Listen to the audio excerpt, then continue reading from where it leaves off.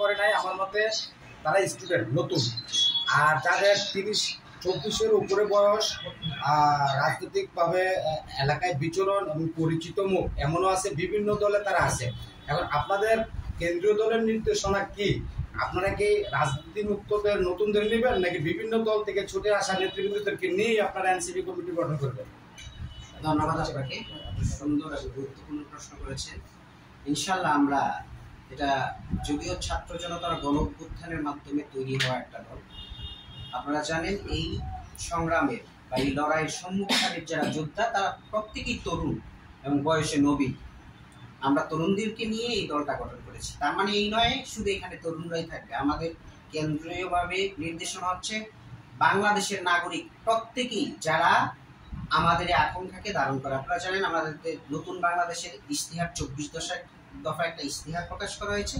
সেই 24 দফা ইশতেহারের সাথে যারাই সম্মতি প্রকাশ করবে, যারাই একত্রতা প্রকাশ করবে, বাংলাদেশের একেবারে মানে কিশোর থেকে একেবারে বৃদ্ধ পর্যন্ত, তরুণ তরুণী সবাইকে আমরা উদাত্ত আহ্বান জানাই। আসলে এটা কোনো বয়সের ফ্রেমে কোনো বাধা, কোনো একটা গণ্ডিতে আবদ্ধ থাকবে এরকম কোনো দল নয়।